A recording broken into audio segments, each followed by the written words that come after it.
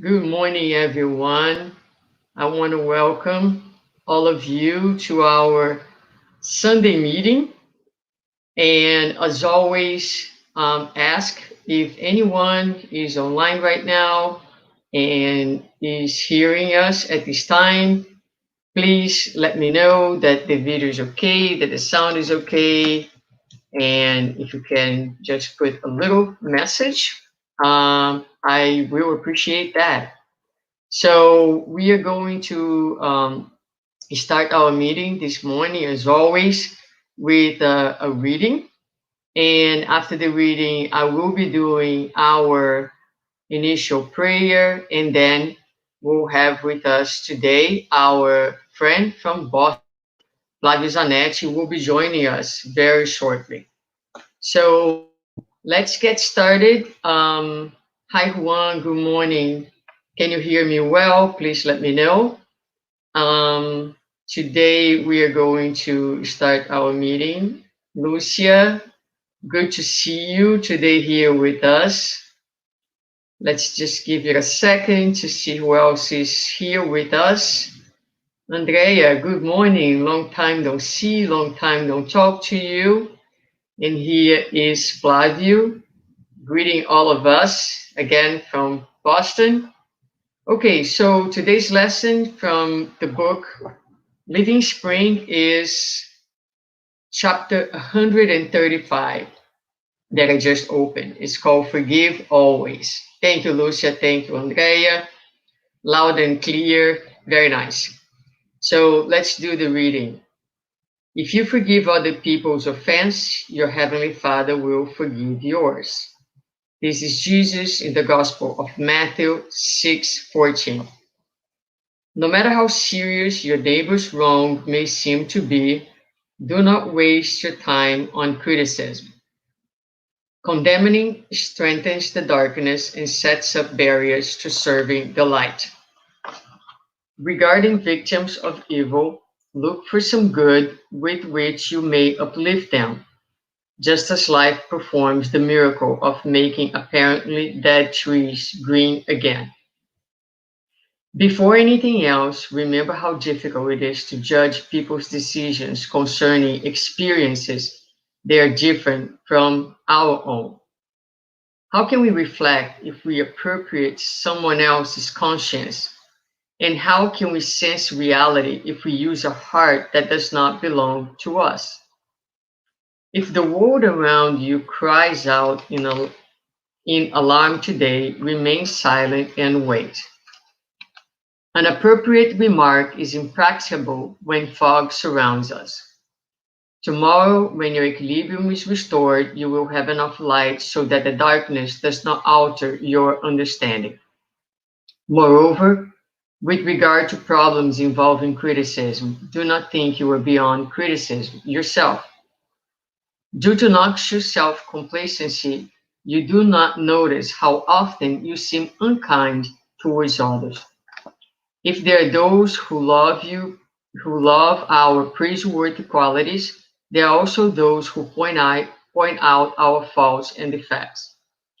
If there are those who help us praising our luminous future, there are also those who trouble us, forcing us to review the dark past. Therefore, practice goodness and forgive always. The good news teaches us that love covers a multitude of sins.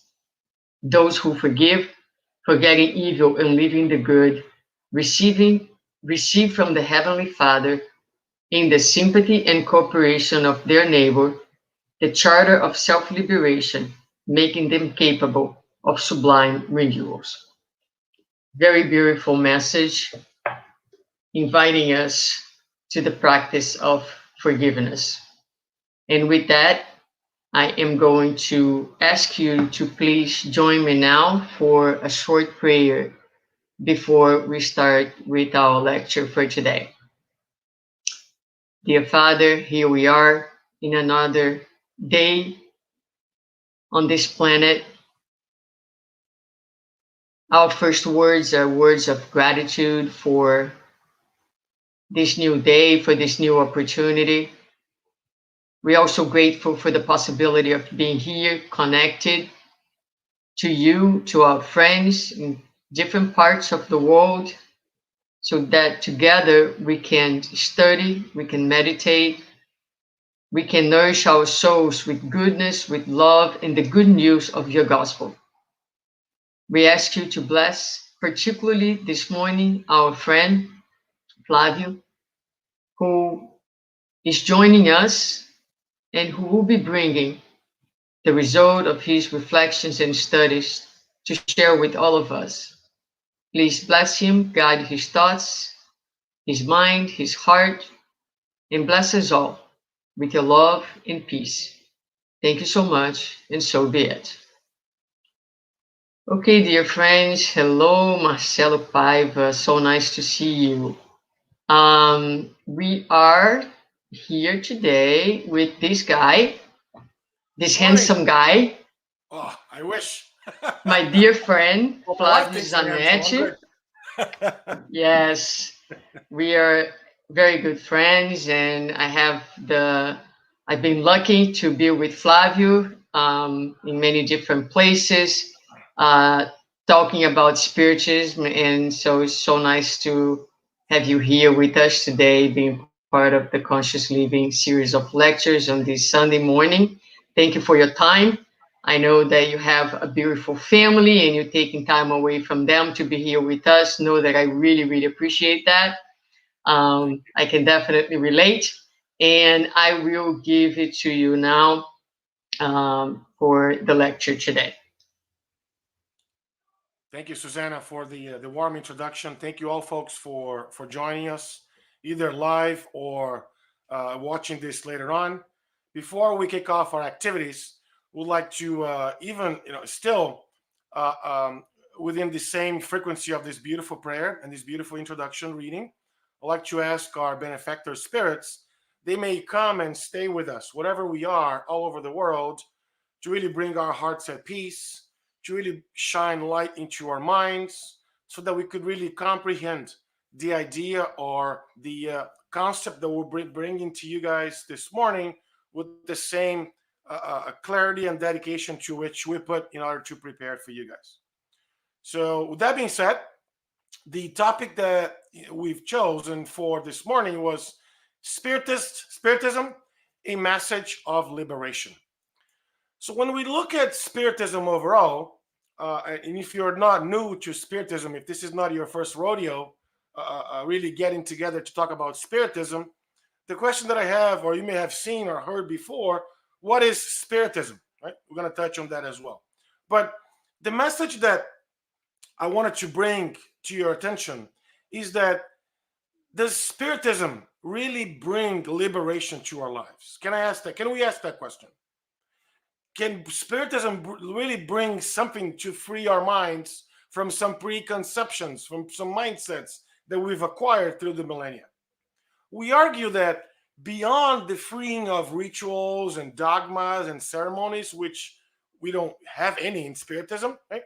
The Spiritist ideas, this is what we're arguing here this morning, can really help us see the world with a different set of eyes.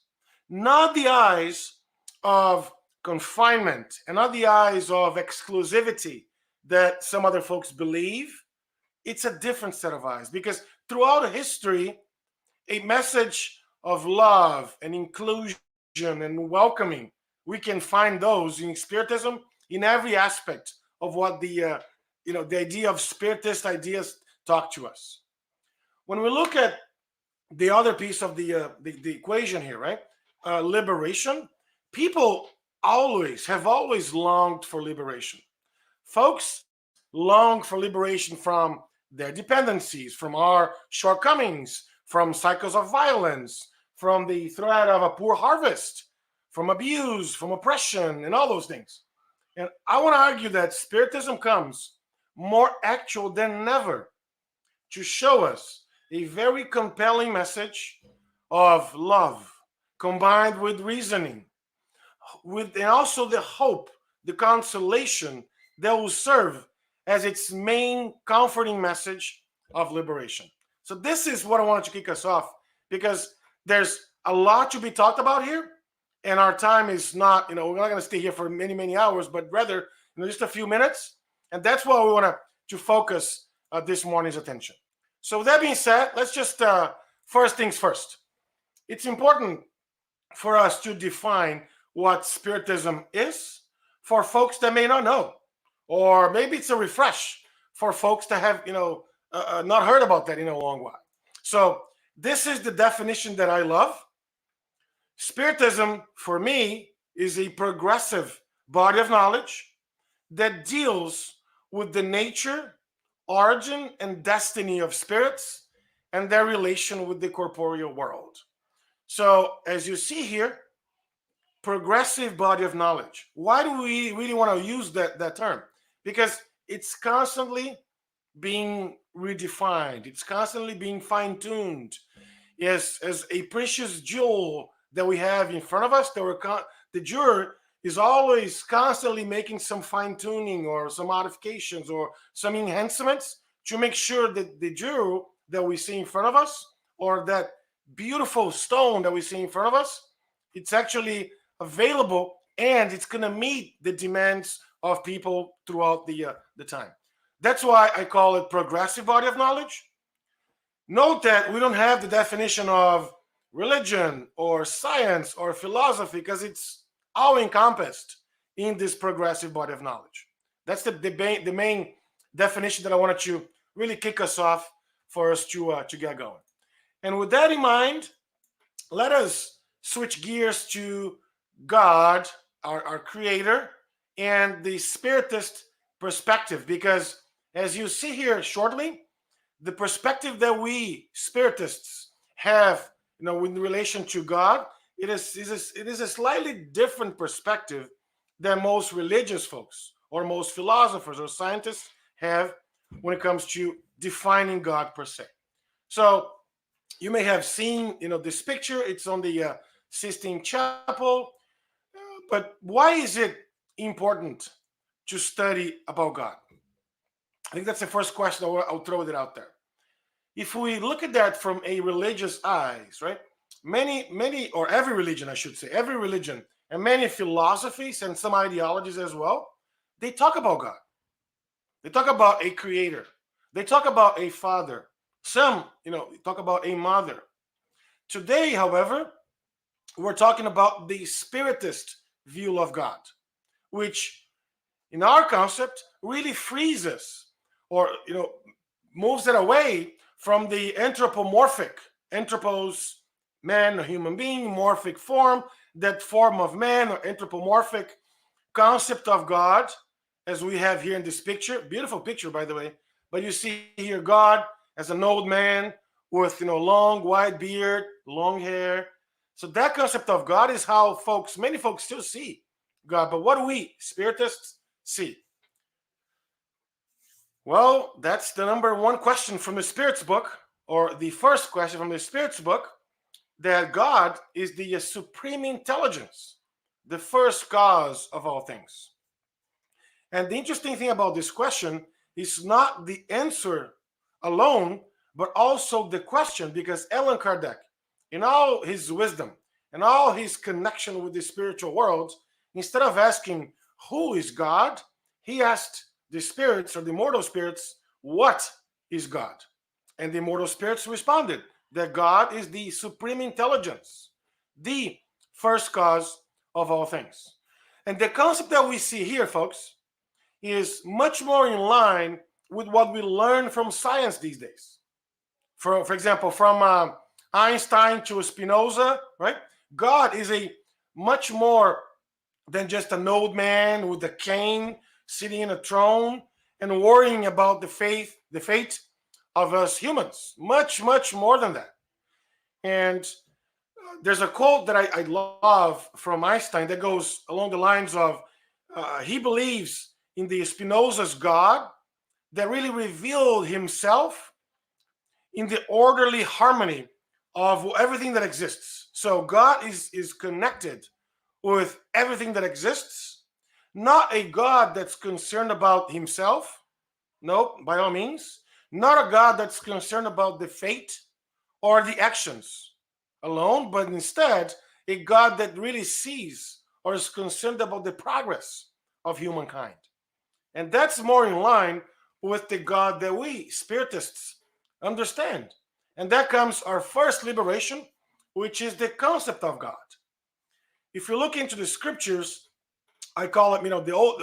If you look at the Bible, for example, we have two main sets of books: the Old Testament, the New Testament. And I look at Moses' revelation, or the first revelation, Moses, as the version 1.0 of everything that we learned today. And in this version 1.0, we were taught that God was a king, that God was very strong, that God was very, sometimes he was mad, sometimes he would punish people, sometimes do things to us that. So when you look at that concept of God, that's not the concept that Jesus brought in version 2.0. God is love, as we know from the Gospel of John. Again, when Jesus came and to really give us an upgrade of the scriptures, or an upgrade of the revelation, so to speak, version 2.0, he talked to us about a God of love.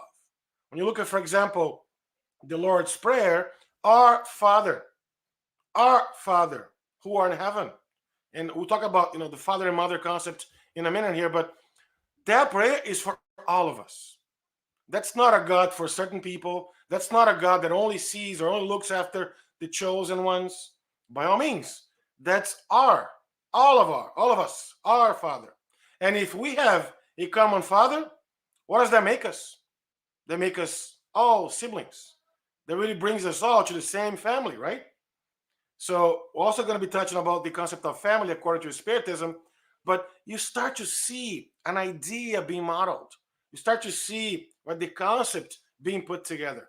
And the first one that's fundamental, that's pivotal for us to understand the creation and things is how we interpret God, not as a person, not as an old man, but instead the supreme intelligence of the universe, the first cause of all things. Since we mentioned um, Jesus as the 2.0 revelation that he brought us, it's also important to talk about the Spiritist view of Jesus. If you look at Jesus himself, most biographies that have been written today talked about him. His life divided how we count time, for example, before Christ and after Christ, right? Nature responded to him. If you remember some of the passages, right? He talked about really controlling nature. He have he has and has had over 2 billion followers in the world. But here's the concept I want to leave you with. There are many famous people in the world. I mean, I'm sure you all agree with that. Some are way well known within their own communities, within their own cities, within sometimes their own countries. Other famous people are known worldwide, but just knowing the name of some people or somebody famous does not mean that we truly know him. Don't you guys agree? It does not mean that we know details about his background, what he really was like as a person, and so forth. So, all over the world, even though people may not be called Christians or followers of Christ, but all over the world, people have learned something about Jesus, or about Jesus Christ, or about Christ, even though he lived 2,000 plus years ago. But I'm going to argue that yet today, many people are still confused about who Jesus really was. Did he really walk on water? Did he really do that? How can you explain that? How does it even make sense if we think about that angle and that perspective? Somebody say, or some people may say that he was just a good man. He was a very not kind and all. Others may claim that he was a prophet. He was just a prophet that was here to, bring us a doctrine or a theory and whatnot. Others believe that Jesus was God and should be worshipped as God. What do we do?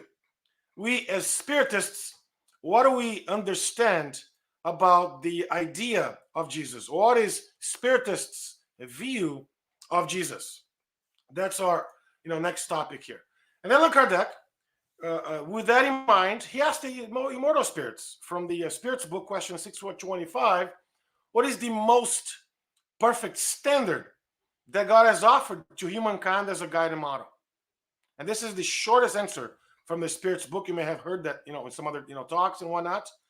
But as we see here, Jesus is not, right? We Spiritists don't understand Jesus as God. On the contrary, he is a spirit like we all are. He was born in the same way as we all were, perhaps in a different time. He has made much better choices than we have had in the past. He has walked that long journey of enlightenment, of really comprehending and all that. And we go beyond that, that really show that if we understand Jesus as not a God, we have to really comprehend the message that he brought us as the communicator from God, or as really, as we call him, the medium of God that really taught us or gave us the understanding, the comprehension, the teachings, both from version 2.0, as we learn, and also from version 3.0, as we like to call, which is Spiritism 19 centuries after that. So, and this brings us to the second idea of liberation, because Jesus is a human being. And we all are going to be like Jesus one day. And it could be said that Jesus himself initiated out this liberation, or with this progressive message, because the liberating message that he offered, guess what? Threatened the religious and really threatened the other structures that were in place at the time as we know it. Unfortunately, we didn't understand his message back then, and I'm going to argue that we still don't understand that today. Let me give an example. I think it makes a little more visible. Imagine if we saw today uh, a very simple person, okay, a very simple woman or man, doesn't matter, a very simple person that comes from a very a complicated place on earth, maybe a developing country, maybe a very poor country, and that person would say or would argue that we should all treat ourselves as siblings. That person would argue that we should really take care of ourselves. We shouldn't let anybody go hungry. We shouldn't let anybody stay in misery. We shouldn't let this, we shouldn't let that. What will be the first adjective that person will be called? Definitely not what we're expecting. What? That's ridiculous. We can't do that. We have laws and we have this and borders and now and this and that, and people are gonna throw all sorts of names, communist this, or what are you crazy? But folks, that was exactly the message that Jesus brought us. That we should really take care of each other. Doesn't matter if you were Jew or if you were Samaritan, which was the tribe that was sort of renegated by the other 10 tribes from the Judaism, as we understand from history. He brought the message that we should all see ourselves as equal. We should all look at ourselves as siblings. And he was a very meek and humble, and people didn't understand his message back then. Now, 2,000 years ago, thanks to science, thanks to religious and studious people, we have another grasp on what he was trying to tell us. But if somebody came to us right now and gave us all that same speech, maybe wrapped in a different clothing, I would argue that most people would still not believe that messenger. So leave it like that. So with that in mind, let's look at the one of the main really quotes that I would say Kardec left. That's nevertheless, it's a very important one for all of us.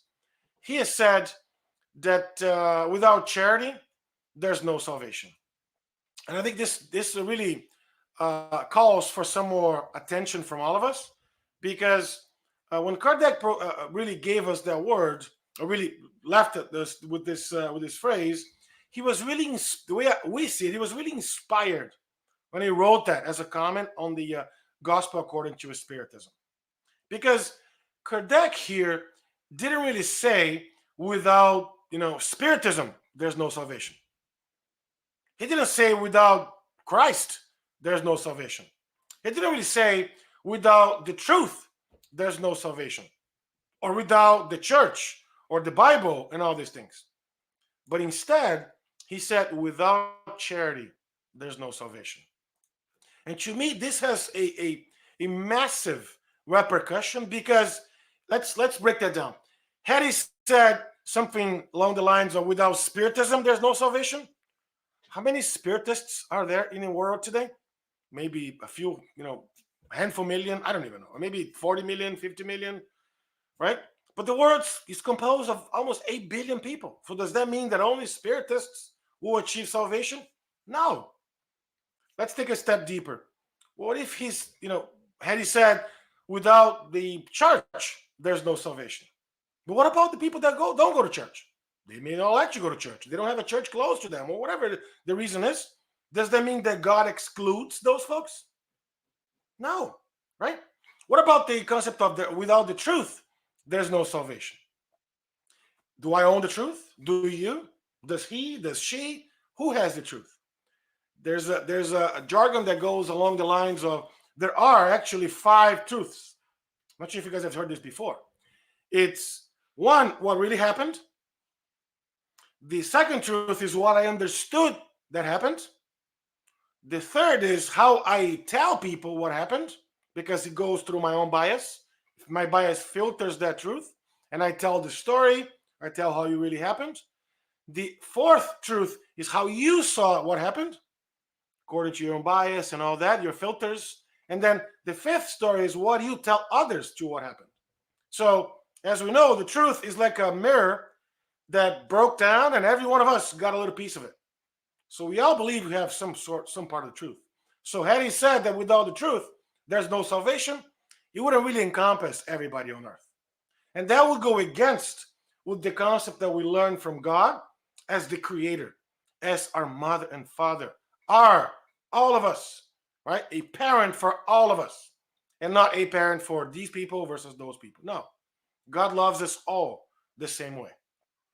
Which brings to an interesting point that I'm sorry to break it to you folks, but you are not special. Yeah, sorry, you are not special. I'm not special. You're not special. Susanna's not special. Nobody's special. Your mom may have told you that when you were young, and I respect that. But when we look at that from the spiritist eyes, we see that nobody's special. Because if I were special, that would have meant that you were not, and so forth. Or if you were, that would have meant that I was not. And God loves us all the same way. That's why when I look at this phrase, this really brings the third liberation concept that I wanted to bring, which is charity is the vehicle and not the church, not what you call yourself, not, nothing matters beyond charity. Nothing matters as much charity you provide to others. So when Susanna read the passage at the beginning, there's a lot of, focus on forgiveness. When I forgive, I'm practicing charity. When I'm good to people, when I'm benevolent, when I do goodwill, good gestures, good manners, I'm also being charitable. When I'm indulgent to people's mistakes or shortcomings, I understand so and so he doesn't know yet. Let's cut him a break and all that. When I'm indulgent to other people's shortcomings, I'm also being charitable. So this is the vehicle that, in my mind, really breaks a lot of norms because we don't have to go to anywhere to achieve salvation. Oh, he helps if we go. He helps if we study. He helps if we get in touch with discussions like this or talks like this. But we don't have to. It's not an obligation. Instead, it's a vehicle, not a vehicle, but it's a shortcut for us to get there, or it's a class for us to really master those concepts more than just this is how you do it. Notice that this was different from 100 or 200 years ago, where people they had to go to church to be saved. A lot of folks still believe that they had to go to church to be saved, and we respect that.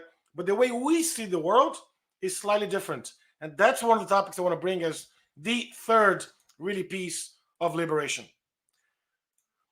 And if we look at Jesus, because again, if he's a model and guide, what did he do from a charitable perspective?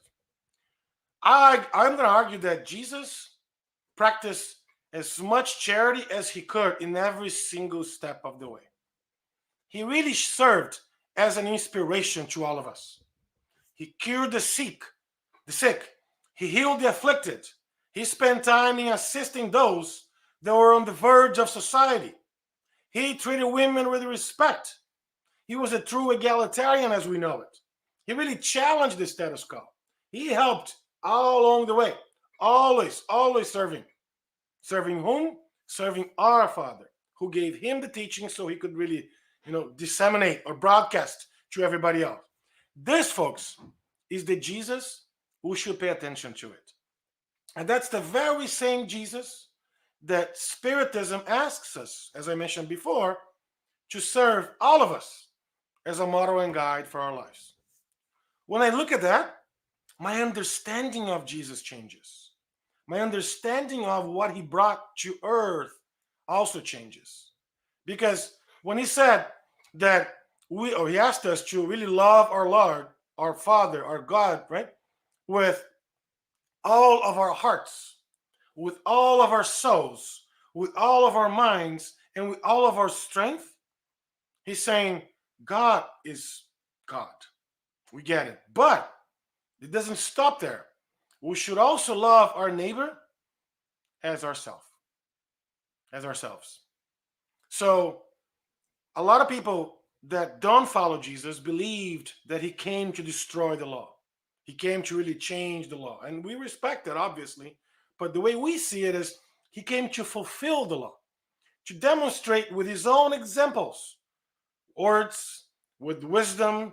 He left us all the parables so that we'll be able to understand his teachings, not only from the concept or from the dynamics of today's life, but also coming back, doing a social historical analysis on how people lived back then. What were the costumes? They were, yet or a bit very limited as we understand.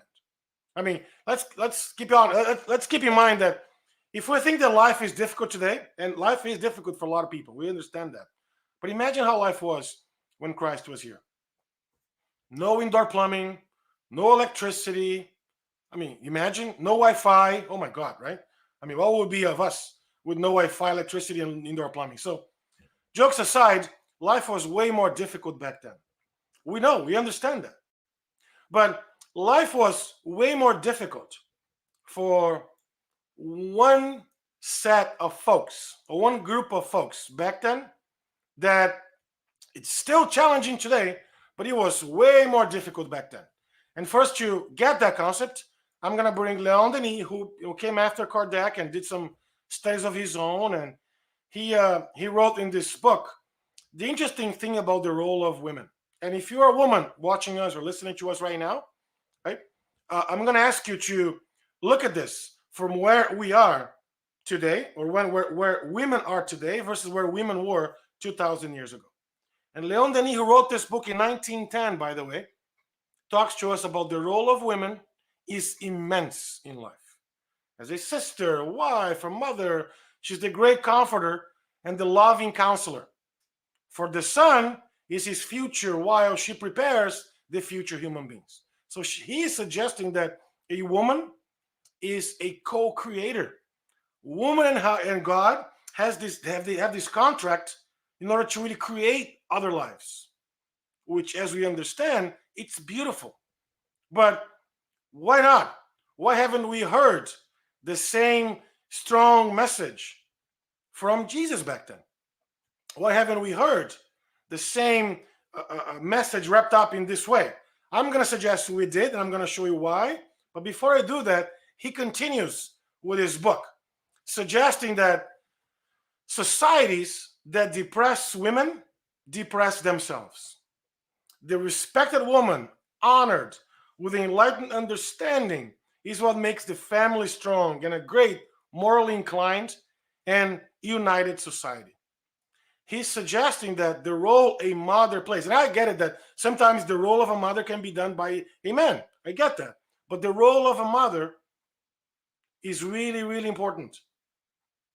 Is it more important than the father? No, I'm not suggesting that. I'm suggesting that the role of a mother is really, really important, because the role of somebody who plays the role of a mother and somebody who plays the role of a father, right, complement each other. But the fourth liberation that I'd like to mention here is about equal rights. Because as we learn from Spiritism, we are here in this incarnation as woman or as a man. In the next one, we can come back. If I'm a man today, I can come back as a woman tomorrow. That's not absolutely, because Spiritism breaks the ice, or breaks the glass, I should say, of the idea of, oh, I'm a man. No, we're all the same. And spirits don't have sex as we understand, right? So we are in this life with one set of, learning experiences, and in the next life we'll come back with a different set of learning experiences. That's totally fine. That brings us to our own journey of evolution. That helps us with our own learning opportunities, right? As we understand from Spiritism. Hey, Flavio, but you mentioned that Jesus brought that message. Yes, he did. He did bring the message of, equal rights or egalitarianism.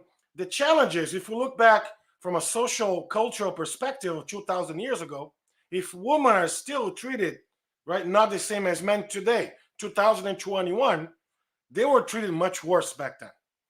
I'm sure you know the stories about the woman that touched Jesus' cape and she was healed.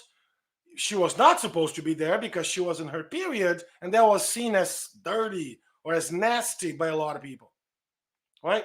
Oh my God, if you think about this today, it doesn't make any sense, right? Yeah, it doesn't. But that's how society used to behave back then.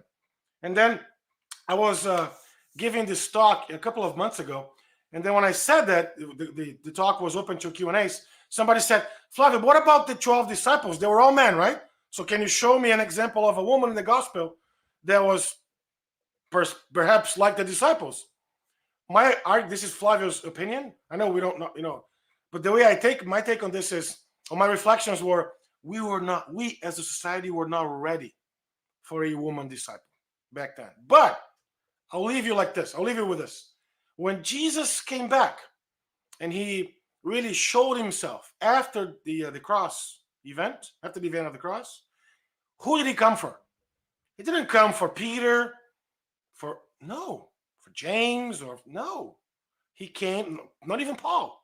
He came for Mary of Magdalene, who was the spirit, according to what we learned from Emmanuel, that achieved the highest amount of growth in one incarnation from that time. She really went beyond, right, what we understand from a development perspective. She was a prostitute. She was really having a very complicated life as we understood. But then when she met Jesus, she changed. When she met him, she was a different person. And many folks did not understand. Today, people are still questioning, why did Jesus come to show himself to Mary as opposed to one of the disciples? My take on this is, he came to her to show the role that she played, not only when she was there, but also the role that a woman plays in our lives today. So my take on this is, Jesus was the very first feminist, as we understand. Somebody that really wanted same level of rights.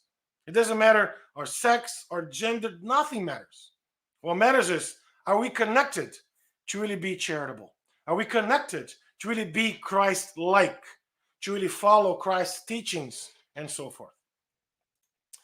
Let's keep going here because our time doesn't help us much. Let me just flush this movie called The Divine Comedy, which talks about hell, purgatory, paradise. I'm sure all of you have heard the Dante's Divine Comedy, and many images that Dante, created in his book, and also later on the film. For us that study Andrew Lewis, for example, we get it, right? I mean, it makes sense to us. But for the people that don't have access to Spiritism, or have not really read any Spiritist ideas, I mean, do we even question, does hell even exist?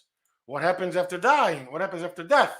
Right? I mean, those are some of the questions that we have answers for, because we learn from Spiritism that death doesn't really exist as we know it, because our physical bodies will cease to exist, but us in spirit, us spirits, will never cease to exist.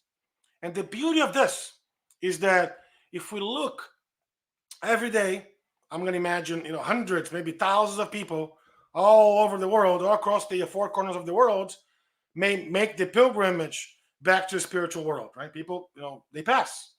It happens that we as human beings forget the quality of the pilgrimage or the earthly pilgrimage. And we as travelers on this journey that we call life, when we forget this reality or how temporarily we are in this journey. Again, I used to say a joke about that. This is only one chapter of one series of our Netflix story. I mean, this is only one chapter. And it's very difficult to know the whole series based on one chapter. I'm sure you agree with that. And my suggestion is, if you really want to learn more about what happens after dying, what happens in the spiritual world, we have a series of books that really talk about that. These 11 books from the spirit guide Andrew Lewis talks about that, or talks about those things in much, many specific details. That's very comforting for all of us. That really brings away our fear of the death or the unknown, but it gives us a concrete, consolation, so to speak, of what happens next. And when our loved ones, I like to use the phrase that we never lose our loved ones. We never lose those that we don't love so much. So let's be careful. So we don't lose our loved ones, but instead we are separated from them for a short period of time. We're all gonna come back and live and really gather again with our loved ones. And Andrew Lewis, in this series of books, they talk about that. They talk about folks that made mistakes here, and then when they woke up in the spiritual world, they were facing those mistakes. Andrew Lewis is this great educator, really gives us very interesting teachings that can really bring us to more peace when you look at the concept of death, the concept of life after death, and the spiritual world. Not so much so as is negative or balmy or really tough as Dante's Divine Comedy, but instead as showing us that this journey on earth really matters, and we have to do what's best, what's within our capabilities to make it better. But let's say that in the event that we just can't, for whatever reason, we may need some help, like a student that's having problems with school. What happens with the teacher? The teacher is going to really suggest that he may stay longer in class, or he may stay do that, the discipline again, or that same subject again next year. And this quote I love from Paul on his second letter to the Corinthians: we may be pressed on every side by troubles, but we are not crushed. We may be perplexed, but we are not driven to despair. We are hunted down, but we are never abandoned by God. We get knocked down, but we are not destroyed.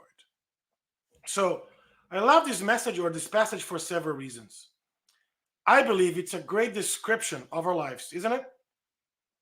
A recognition of our failures, of our shortcomings, of our difficulties. And at the same time, it gives us the assurance that God is always there for us. And if we fall, He's going to pick us up. We can learn from Paul and this particular letter to the Corinthians, who were really going through some troubles. If you want to study the beginning of the Corinthians church, there were a lot of challenges, a lot of fights, a lot of complications after Paul was arrested. I'm not going to touch on that topic much here, but I'll leave you that the Corinthians were living very difficult lives. Very much so that we also are living very difficult lives. The pandemic and this and that. And how do we do that? How do we make sense of these things? God never abandons us. As a matter of fact, God is always by our side. Oftentimes, we don't stop to pay attention to see where God is. And that's our sixth elaboration, which is this God as the shepherd, as the one that's really there to take care of his sheep. Right? We as sheep are always under the guidance of our God. You may, let's change gears real quick here. You may have heard the term, oh, life is full of choices. I'm sure you've heard that. But is it? I mean, what if you were born in a place that had very little chances for you to be successful, for you to survive, or for you to. How about the idea of fate as a product of where we are born? The color of my skin, my sex, my gender. Let's look how Spiritism helps us with these concepts. I think it's important for us to bring because as we learned so far, I hope you're following us since the beginning. As we've learned so far, we've all been created equally. We're all siblings. We got that right.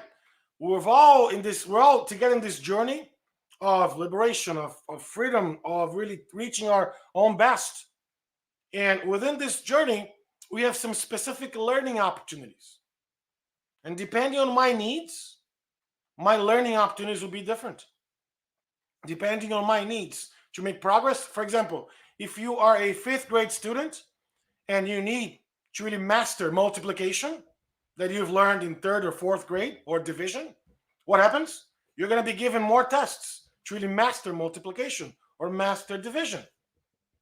But what's important for us to get here is that the only destination that we have is to be happy. And we're happy as long as we're making progress with our own spiritual journey. We're happy as long as we're really progressing towards the future. And this is an interesting one from the Spirits book, question 851, that talks about fate not only existing, right? Fate only exists when applied to the choice made by spirits upon incarnating to undergo a specific trial. To me, this is beautiful because if we break this down in many, many different angles, it really gives us another way of understanding the world, a very different way of understanding the world.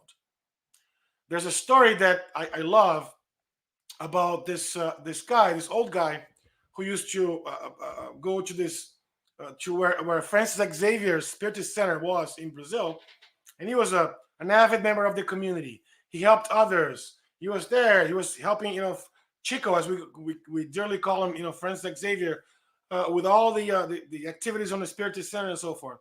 And then one night, he came back home, and in his office, he was an accountant. His office was robbed, was broken into, and the thieves stole everything from him. He was, of course, very sad. He was very, very sad. Next week, he goes to the Spiritist Center.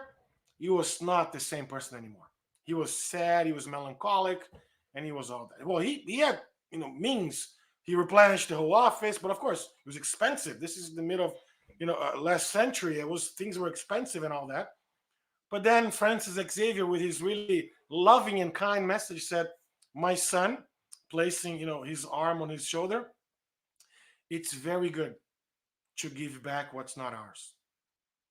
Meaning that lesson was being given to him for him to understand that not always we are the villains of the situation.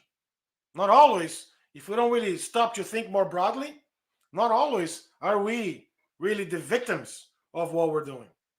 Let's keep in mind, I'm not suggesting we should. No, what I'm suggesting is there's always more to every single situation than our eyes can see. Sometimes we can't. Sometimes we don't. Actually, oftentimes, thanks God, we don't see what happened in a previous incarnation and so forth. Correct? So let's touch on the last point here, which is the idea of a family. Because if you look at this very happy family, where the father, the traditional father here, is very busy with his phone, maybe talking business or whatnot. The woman, very tired and really looking to go to the beach, maybe in Miami or Miami Shores or North Miami Beach and those places, right? The son is playing video games, very, very tedious, playing video games. The daughter is just listening to her iPod. And what is the concept that we understand from Spiritism about our families? First, it's important to mention that family is not, the real family, I should say, is not our blood family only. The universal family, as we learn from Spiritism, is really composed by folks that have that mutual sympathy and communion of ideas. That's what keeps spirits together. before, during, and after incarnations, as we learn from the gospel according to Spiritism. And that's exactly why we understand sometimes a friend, not blood related, is much more of a brother or a sister to me than my own brother and sister, than my own cousins, than my own so and so. This explains to us the real reason for that. It doesn't mean that we should just forego our own blood family. No, that's what I'm suggesting. We all have commitments. We all have things that we have to do with our own families. We were there for a reason. But the interesting piece here is that this message frees us from the idea that, right, we're there, this is our family, and we have to absolutely do. No, we have commitments. We have a responsibility with our families because that's our school. That's where we learn the most. That's where we spend the most amount of time since we were born with our parents and siblings and cousins and whatnot. But at the end of the day, life may take its place and we may, go different routes, and that's okay. That's okay too, as long as we understand the purpose of our families, which is a big school for all of us to learn how to really live with others, with respect, with kind, with love, even though we may not really enjoy the company so much. We've seen that many, many times through all times, right? The concept that folks or siblings don't even, look at eye to eye to each other after, maybe an inheritance is split up or something. And we understand, this gives us the understanding of the rationale behind why these things happen. So let's do a recap time, because I'm a big fan of bringing back all the things that we've discussed. And if I come back and I share the 7 ideas that Spiritism really brings liberation to all of us, the very first one: God is not a punisher. Right? We understand God not as a punisher, but as a father, as a mother. And but before we go into depth here, I think it's important to mention that there have been many liberation movements in human history. You know that. I mean, we can go back to especially if you're in the United States, the Black liberation, the women's liberation, the gay liberation, the Catholic theology of liberation are amongst the more recent ones. But I think it would be important for us to dare our thoughts a little stronger, a little deeper, to say or to argue that we need this liberation spirituality, if I want to call it that way, or what the liberation spiritism brings us to be universally implemented. That way, there will be no other need for any other kind of liberation, if you think about that, because we're going to treat everybody with respect. We understand the roles and responsibilities, and we see God not as a punisher. We see Jesus as our brother, our dearest brother, our older brother. We see that. And all of our problems and issues will make sense because life doesn't end on the gravel. I mean, on the cemetery. We're all the same. We all should have equal rights for all spirits. We know that. We should be charitable as the third liberation component here. When we get that, this is not a liberation that's accomplished by opposing or battling anything. It's a liberation, internal liberation. It's our spiritual liberation that happens automatically, I would say, right? As more we progress with our own lives, as more we give a strategic objective for our lives, we'll be able to really create a clear and committed body of work within ourselves and also within others, because folks are going to look at us and say, hey, what is so and so? What is the person doing this and that? And then we'll be able to really embody the presence of the divine within all of us. And we'll see our neighbors as Jesus have asked us to, as our true neighbors, as folks that we have to love and care. I may not have to live with them, thanks God, some people, right? I may not have to be with them 20 hours a day, but I nevertheless have to love, care, pray for them, and so forth. This spiritual liberation that's really, really wrapped around these 7 steps, it really gives us a different set of eyes to understand what we've been talking about all along, which is to see Jesus as our best model and guide. And anybody that desires to come after him, after Jesus, we have to let, we have to deny ourselves. We have to really understand the reason why he took up the cross and to follow him. Not to follow him in a way that I should give up everything that I'm doing, I should give up my family. No, that's not what I'm suggesting here. What Spiritism suggests is that we try to live our lives as closely aligned with Jesus as we can. The more we get it, the more we do that, the happier lives we'll live. And with that, really hope that this was helpful, folks, for us to look at life and how Spiritism can brings us that whole idea of liberation for the future. Susanna, back to you. Thank you so much. Thank you, Flavio. Wow, you cover a lot in a short period of time, but I loved it. And some other folks also really enjoyed the lecture. So Katia here says great lecture, and then Juan, great topic, food for thought, dynamically presented. So, and I just like, I keep marveling at what Spiritism does for us, especially when we are, I mean, I don't know if people realize what a great gift, how wealthy we are in this life for having those concepts. It's just such a gift. It's such a privilege. It's such a, I don't know, right? I mean, you see people struggling, you see people suffering, and a lot of times without this body of knowledge that doesn't, as we know, does not take any of the difficulties and challenges away. Doesn't, yeah. That's not the purpose. The liberation is not in that sense. Um, Difficulties are not removed because that would be removing the medicine that a sick person needs to take, right? But it gives us the resources. It frees us, our minds from, the heavy troubles because we understand the purpose of things. And you did a great job covering. And I love the idea of liberation, how Spiritism frees us from certain beliefs or um, the lack of, something that can hold us together in times of difficulty. I just, by the way, Miami Shores does not have a beach. I just wanna. That's the only correction that I'm gonna Only make to your correction. Thank lecture. You said that the I don't know if it was the wife or the father was thinking about going to the beach in Miami Shores. Miami Shores does not have a beach, so that's where I live. So that's the only correction I'm gonna make to your lecture. I love it. Yeah. In any case, thank you so much for being with us. Um, Hang in there. I'll be back with you in a second.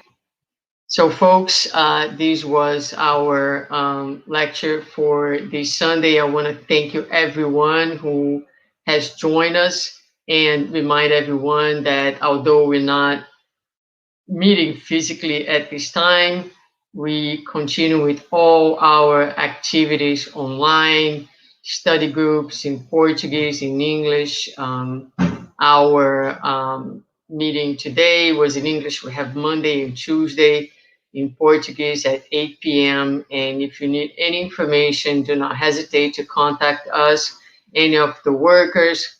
You can reach out to us through social media. We are on Facebook and Instagram, or just by email, or how about a phone call? Always available. So, with that, and with this great presentation, as was mentioned, food for thought, lots to think about, to reflect. Let's remain as we go through our week thinking about those concepts and using those concepts. They're not just nice to hear, but they are an instrument that we can make use each day, each moment, each interaction of our lives to guide us and to give us the strength to go through whatever challenges and situations that we are living in. And don't forget, you are not alone. We are here with you. The center remains open also for anyone who is in need of help. There's no shame on that. We all of us need help from time to time. So again, don't hesitate to reach out if you need to talk to one of us. If you need some time to exchange some ideas, we're also available for that. So I ask you to join me in our final prayer for today by saying, Dear Father, thank you so much for this beautiful and bright morning. No matter what the weather is out there, wherever we are, but it's always sunny within when we think about you, about your gospel of liberation, the good news, and the certainty that we carry in our hearts that we are progressing, we are moving forward, and better days are always, always ahead of us. We thank you for the joy of this morning, the friendship, the love that we all share, and ask you to continue to bless us throughout this day and this week. Bless the world, bless all the people who are in need, particularly the ones who don't have the benefit of the faith and the knowledge that we have. Thank you so much, and so be it. Very well, folks. Have a great day. I apologize for my dogs that decided to bark at the very end of our meeting this morning.